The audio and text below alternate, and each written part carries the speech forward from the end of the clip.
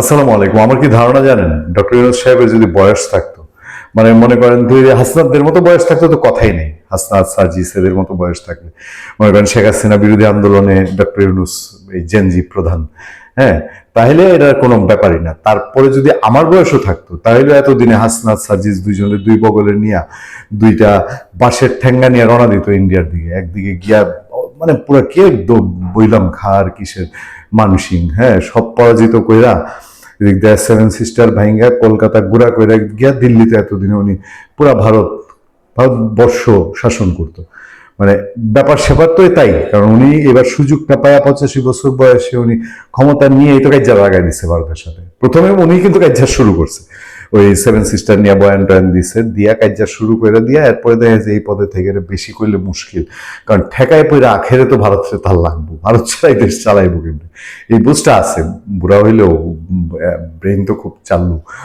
তো কিন্তু ওই যে যেগুলো শিখাইয়া দিছে, মন্ত্র পাঠ পড়ায় দিছে, এরা তো বুঝে না। এরা 2 দিন পরে পরে দেখেন সেভেন সিস্টার ভেঙে ফেলে, ভারতের চাদর পরবো না, লেংটি পরবো না, হ্যাঁ, ভারতের গামছা পরবো না, ভারতের কিছু সব চুক্তি বাতিল করে দাও, ভারতের আমাদের দরকার নাই, ভারত ছাড়া পাকিস্তান বাই লয়ে চলবো। বয়ানগুলা দিছে না, মোদিরে আসা ফিরাইছিল, চেষ্টা করছিল, তারপরে ভারতের চাদর পরেছিল, তারপরে আপনার এই ওই দিন ভারতের এমবেসি ঘোরাঘোরা করতে গেছিল না, তারপরে এমবেসি নিয়ে কতক্ষণ ব্যামরানো পর্যন্ত চিল্লানি আর কি, হই হট্টগোল করছে। এখন আবার একটু থামছে, দেখবেন আবার একটা কিছু ঘটবে দেশের মধ্যে, আবার শুরু করবে। এত কিছু যে করছে, তলে তলে ভারত ছাড়া চলে না। এই 1.5 বছরের মধ্যে কামটা কি করছে জানেন? খবর আছে, রিপোর্ট আছে, সেই রিপোর্ট থেকে আপনাদের বলি। ভারত নির্ভরতার কমানোর ডাক দিয়ে সুন্দর ভাষায় লিখছে তো পত্রিকা, সেই ভারত থেকেই আমদানি বেড়েছে সর্বোচ্চ। ভারতের নির্ভরতা কমাবে, ভারতের পেঁয়াজ খামো না, পেঁয়াজ না হইলে আমাদের চলবে, তেল না হইলে চলবে, চাউল না হইলে চলবে, আবার ভারতের চাল কিনে এমনি খায় না, অমনি ঘুরায় খায়, ওই কোন কোন দেশ ঘুরায় ফিরে, সিঙ্গাপুর ঘুরায় চাল আনে। জুলাই অভ্যুত্থানে ক্ষমতাচ্যুত হওয়ার পর থেকেই ভারতে অবস্থান করছেন শেখ হাসিনা। 2024 সালে 5 আগস্ট এই পট পরিবর্তনের প্রেক্ষাপটে 3 দিন পরে শান্তিতে নোবেলজয়ী অর্থনীতিবিদ ডক্টর মোহাম্মদ ইউনূসের নেতৃত্বে দেশ পরিচালনার দায়িত্ব নেয় অন্তর্বর্তী সরকার। এদিকে ক্ষমতাচ্যুত প্রধানমন্ত্রী শেখ হাসিনা ভারতে আশ্রয় নেওয়াকে কেন্দ্র করে দেশটির সঙ্গে ভারতের সম্পর্কের অবনতি ঘটতে থাকে বাংলাদেশের। সেই সঙ্গে ভারত নির্ভরতা থেকে বেরিয়ে আসার কথা তোলেন ডক্টর ইউনূস সহ তার সরকারের সঙ্গে সংশ্লিষ্ট অনেকে। ভারত নির্ভরশীলতা কমাইতে হবে, ভারতের দেখাই দিতে হবে 2 হাত।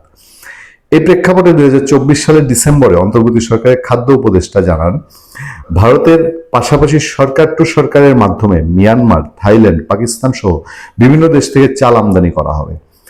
বুঝলেন বক্তৃতা যেগুলো দিচ্ছিল, সে মাসেই আলু ও পেঁয়াজ আমদানিতে ভারত নির্ভরতা কমিয়ে বিকল্প উৎস খোঁজার কথা জানায় trade and tariff commission. Bharat থেকে স্থলবন্দর দিয়ে সুতা আমদানি বন্ধ করা হয় গত বছরের এপ্রিলে। এছাড়া দেশটি থেকে নিউজপ্রিন্ট, গুঁড়া দুধ, সাইকেল ও motor parts, ceramic ware, sanitary ware, tiles সহ আরো অনেক পণ্য আমদানিতে নিষেধাজ্ঞা দেয় এনবিআর। এমনকি বিভিন্ন ইস্যুতে ভারতীয় পণ্য বর্জনের ডাকও তীব্র হয় সামাজিক যোগাযোগ মাধ্যমে। একদম মানে ফাটায় ফেলছে। দেখেন, শুনলেন তো কি কি আনবে না লাগবে না ভারতের। এরপরে এসে গত অর্থ বছরে 24-25 এসব হাঁক ডাক আর পদক্ষেপের কোনো প্রভাবই পড়তে দেখা যায়নি দেশের আমদানি খাতে।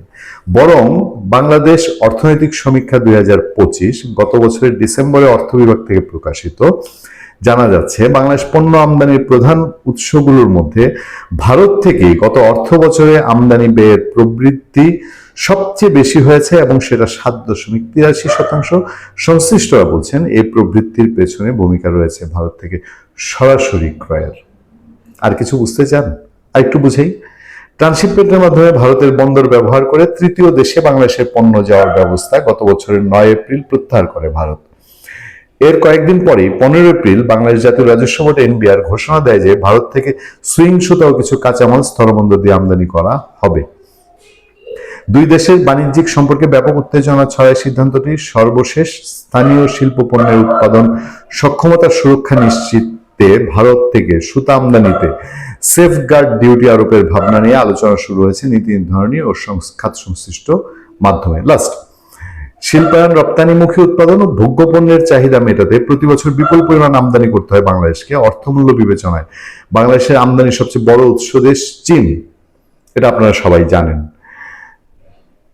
সবচেয়ে বড় উৎস দেশ চীন, দ্বিতীয় বৃহত্তর উৎস ভারত। মোট আমদানি 44% বেশি হয় এই দুই দেশ থেকে। 2024 সালে 5 আগস্ট বাংলাদেশের রাজনৈতিক পট পরিবর্তনের পর শেখ হাসিনার ভারতে অবস্থান ঘিরে ঢাকা দিল্লি সম্পর্কের অবস্থা সংকট তৈরি হয়। এই ধারাবাহিক সময়ে সীমান্ত উত্তেজনা, কূটনৈতিক ভাষার কঠোরতা, ভিসা ও কনসুলেট সেবা সীমিত করা এবং পুশিন সহ নিরাপত্তা ইস্যু সামনে আসে। এরপর 25 সালে ট্রান্সশিপমেন্ট সুবিধা বাতিল হয়। কিন্তু বাংলাদেশ অর্থনৈতিক সমীক্ষা 2025-এর প্রতিবেদনে দেখা যাচ্ছে গত 24-25 অর্থ বছরে বাংলাদেশের পণ্য আমদানিতে ব্যয়ের প্রবৃদ্ধি যেখানে হয়েছে 2.44%, সেখানে শুধু ভারত থেকে আমদানি ব্যয় প্রবৃদ্ধি 7.83%। এবং দেশভিত্তিক যদি দেখেন, দেশভিত্তিক আমদানি ব্যয় নিয়ে অর্থনৈতিক সমীক্ষা 2025-এ বলা হয়েছে মোট পণ্য আমদানি মূল্যের ভিত্তিতে 2024-25 অর্থ বছরে চীন থেকে সর্বোচ্চ আমদানি করা হয়, যা দেশের মোট আমদানির 30.2%। আলোচ্য সময় দ্বিতীয় তৃতীয় অবস্থান রয়েছে যথাক্রমে ভারত ও যুক্তরাষ্ট্র। সেকেন্ড অবস্থানটা ভারতের রয়ে গেছে। এবার ডক্টর সাহেব নিজে বুঝুক, তারপরে তার সেনাপতিদের বুঝাক, যাদের নিয়ে এই বাঁশের ঠেঙ্গা নিয়ে, বাঁশের লাঠি নিয়ে উনি ওই 7 সিস্টার মিস্টার এগুলা দখল টখল করবেন। উনি নিজেই চিন্তা করুক, ভাবুক। ভালো থাকবেন, সুস্থ থাকবেন। আপনার সাথে আমি আতিক রহমান, পূর্ণিয়া।